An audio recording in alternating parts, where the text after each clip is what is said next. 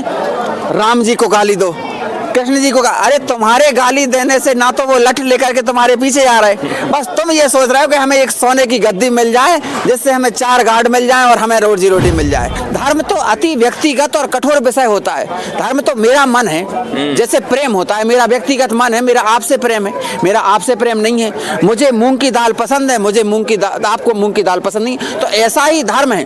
धर्म मुझे किसी का पसंद है, किसी का नहीं है, तो ये तो मेरा व्यक्तिगत विषय है। जो लोग ये कहते हैं कि धीरेन्द्र शास्त्री का विरोध कर रहे हैं या राम भद्राचार्य जी का विरोध कर रहे हैं, वो सिर्फ और सिर्फ अपनी राजनीतिक रोटियां सेकने के लिए कर रहे हैं, और कोई कारण नहीं है उनका, और कोई लक्ष्य नहीं है। तो माघ मेला शुरू हो गया है। माघ मेला के शुरू होने के साथ ही यहाँ पर साधु संत आना शुरू हो गए हैं। साधु संतों का प्रवचन शुरू हो गया और प्रवचन के साथ साथ जो लोगों की यहाँ पर समस्याएं हैं, वो समस्याओं को लेकर आ रहे हैं, अपनी अपनी समस्याओं को दूर करने की कोशिश कर रहे हैं, पुण्य लाभ प्राप्त करने की कोशिश कर रहे हैं और सोच रहे हैं, विचार कर रहे हैं कि किस तरह से ईश्वर कृपा प्राप्त हो। और ईश्वर कृपा प्राप्ति के लिए लोग प्रयाग में आते हैं। ऐसे ही हमारे बीच में कुछ साधु संत हैं, इनसे बात करते हैं कि आखिर प्रयाग में जो 1 महीने का ये कल्पवास होता है, इस कल्पवास को लेकर क्या इनका कहना है और साथ ही साथ इस कल्पवास की महत्ता क्या है। महाराज जी क्या कहेंगे इस कल्पवास को लेकर और 1 माह के प्रयाग का जो माघ मेला होता है उसको लेकर? देखो, जय श्री राम।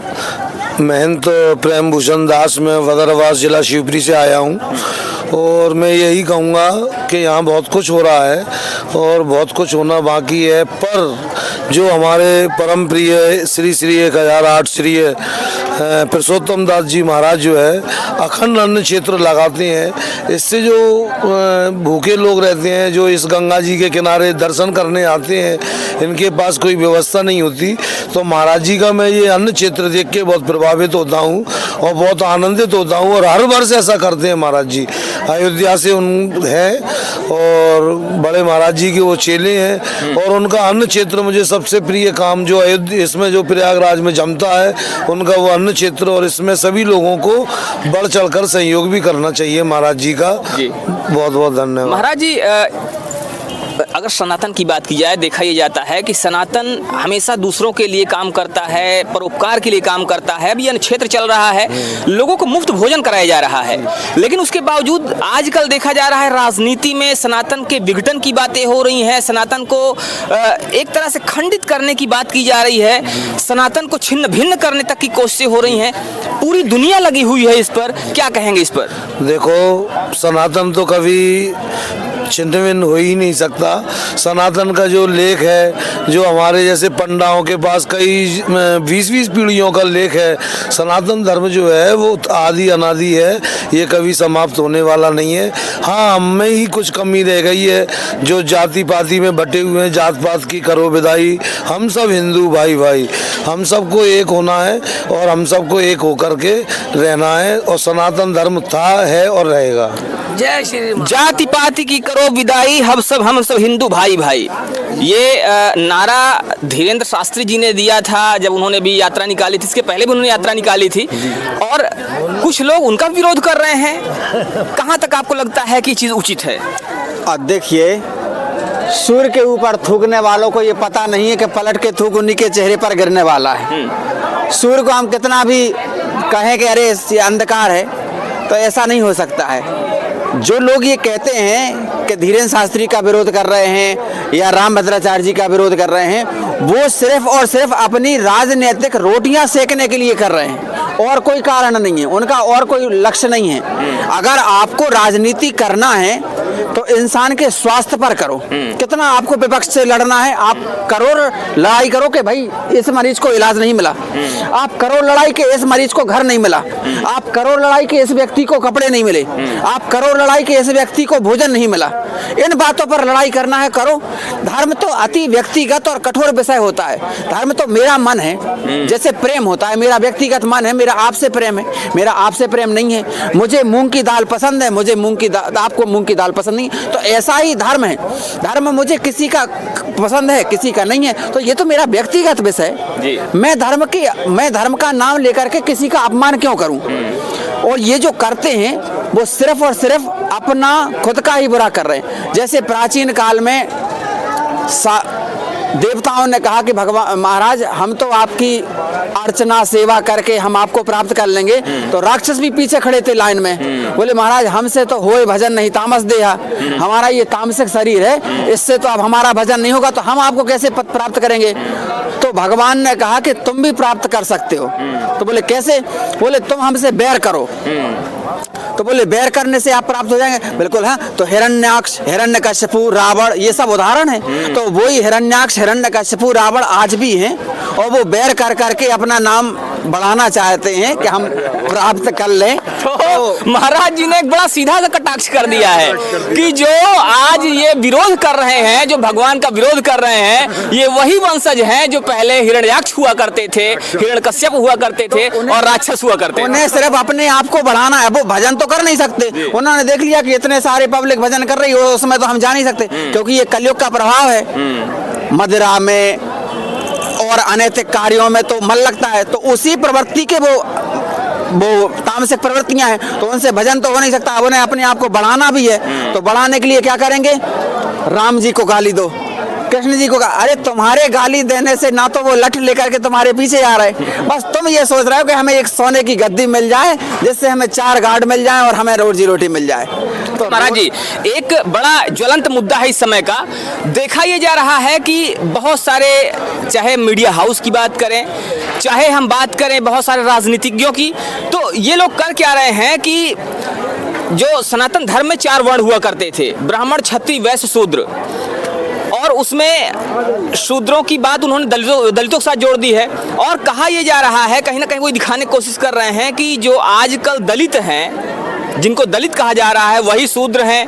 और उन्होंने दलितों को हिंदू धर्म से, सनातन धर्म से अलग दिखाना शुरू कर दिया है। क्या कहेंगे इस पे? देखिए, एक शरीर है, आपका मुख है, आपके बाहु हैं, आपका पेट है, आपके पैर हैं। आप किस अंग को ये कहोगे कि मैं इसको काट के फेंक दूं? बताइए, आपके लिए ऐसा कौन सा अंग है जो अप्रिय हो? है कोई ऐसा? नहीं है ना। तो ऐसे ही उस भगवान को चारों अंगों में से कोई भी अप्रिय नहीं है। अब ये तो दूसरे प्रवृत्ति जो हमने अभी आपसे कहा, काल नेमी और काल यवन देश से जो लोग आए थे, अब उनने सोचा कि हम तो हैं 4 लोग, अब ये 40 लोगों को बांटे कैसे? तो उनमें से ये देखा कि ये जो कम बुद्धि रखते हैं या कम विचारधारा, इनको बांटो, इनको काट लो ताकि ये अपने आप अल्प हो जाएंगे। तो ये वही लोग हैं जो हमारे दलित भाइयों को, दलित भाई नहीं है वो हमारे ही हैं। हम तो ये कहते हैं कि इस शरीर का कोई भी अंग जैसे अप्रिय नहीं है, इस समाज का कोई भी व्यक्ति छोटा नहीं है, अप्रिय नहीं है हमारे लिए। हम तो किस, आप बताइए, कौन कहता है कि हम दलितों के यहाँ भोजन नहीं करते? कौन कहता है कि दलित छोटा है? हमारे साथ बिठा लो, हम भोजन कर रहे हैं। हम कहते हैं, कौन कहता है कि दलित पुजारी नहीं बन सकता? दलित बस जैसे कहते हैं ना, एक परीक्षा दी जाती है किसी पेपर IAS बनने के लिए, IAS की परीक्षा दी जाती है, ऐसे ही पुजारी बनने के लिए आप तपस्या की परीक्षा दो, आप आचार्य की परीक्षा दो, आप शास्त्री की परीक्षा दो। हम कहते हैं कि आप पूजा करो। तो यहाँ पर कोई दिक्कत नहीं है कि दलित पुजारी नहीं बन सकता है, दलित कोई काम नहीं कर सकता है। बस शर्त एक है कि आपको कोई भी पद तक पहुंचने के लिए एक परीक्षा से गुजरना पड़ता है, और अगर आप उस परीक्षा से गुजरने के लिए तैयार हैं तो यहाँ पर कोई बाध्यता नहीं है। और श्रीमान जी कहते हैं कि फलाना शूद्र है या फलाना वैश्य है, जन्म ना जायते, हमारी मनुष्य स्मृति कहती है, जो आजकल ये मनुष्य स्मृति को जला रहे हैं लोग, मनुष्य स्मृति कहती है जन्म ना जायते शूद्रा संस्कारात् द्विज उच्यते।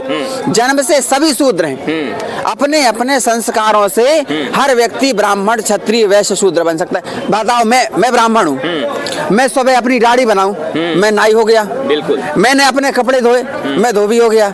मैंने, अब मेरे घर में कोई शौचालय साफ करने तो आता नहीं, मैंने उसको साफ किया तो मैं इसी पर हो गया।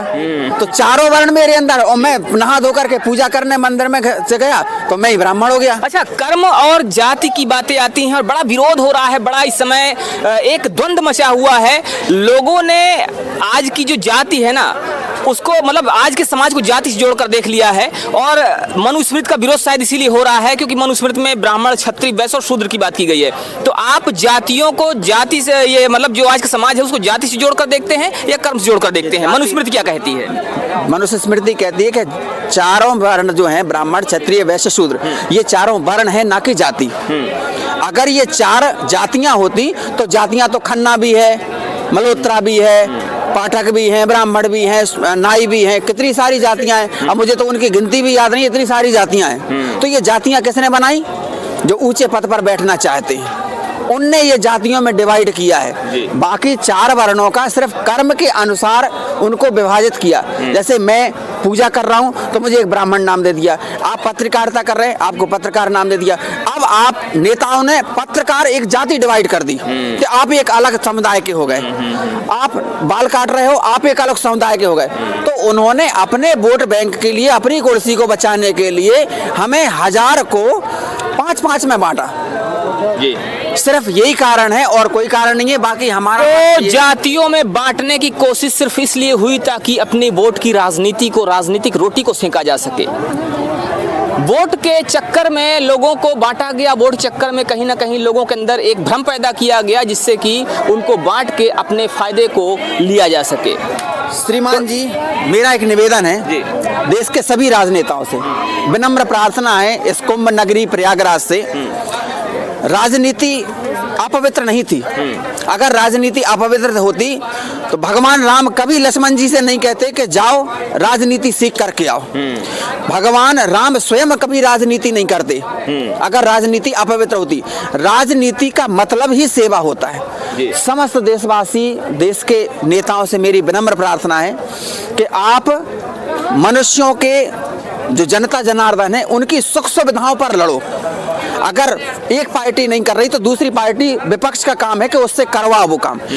आदमी बीमार पड़े अस्पतालों में, उन्हें सुविधाएं नहीं मिल रही, बिना पैसे के वो इलाज से मर रहे हैं, बिना छत के वो बेचारे मैदान में हैं। कोई, हर व्यक्ति गरीब होता है, जरूरी नहीं है कि दलित ही गरीब है। ब्राह्मण भी कई ऐसे हैं जिनके घर में भोजन की व्यवस्था नहीं है। मैं ब्राह्मण हूँ, मुझे पता है कि कई घर ऐसे हैं जिनके घर में भोजन नहीं है। तो गरीबी जाति देख करके नहीं आती है, गरीबी व्यवस्था और उसकी स्थिति देख करके आती है। तो मेरा मानना ये है कि राजनीतिज्ञों से, प्रधानमंत्री श्री मान नरेंद्र मोदी जी से और देश के समस्त नेताओं से प्रार्थना है कि वो इस देश के हर व्यक्ति के लिए कार्य करें, उनकी अव्यवस्थाओं को देखें, ना कि उनको बांट करके हम सबको बांटें। वैसे ही हमारा एक देश बचा है, इतने सारे हमारे देश थे, अखंड भारतवर्ष था, जहाँ तक सूर्य जाता था, जहाँ तक हमारा सनातन था। आज हमारा सनातन समेट करके एक भारतवर्ष में आ चुका है। अब तो कम से कम समझ जाइए, हमारे नेताओं से विनम्र प्रार्थना है कि वो सब सनातन का छत्र लेकर के, और जितने भी इस देश में, इस भारतवर्ष में जितने भी समुदाय रहते हैं, उनकी केवल व्यवस्थाओं के अनुरूप राजनीति करें, उनकी सेवा करें। यही मेरा संदेश है। और तो महाराज जी का कहना है कि सनातन को संभालने के लिए, सनातन को बचाने के लिए कोशिश की जाए। पूरे दुनिया में सिर्फ एक ही देश बचा है जो सनातन का है, उसको भी छिन्न भिन्न ना किया जाए ताकि ये देश बचा रहे। इस पर आपका क्या मानना है, आप हमें जरूर बताइएगा। मिलते हैं फिर से, तब तक के लिए जय हिंद।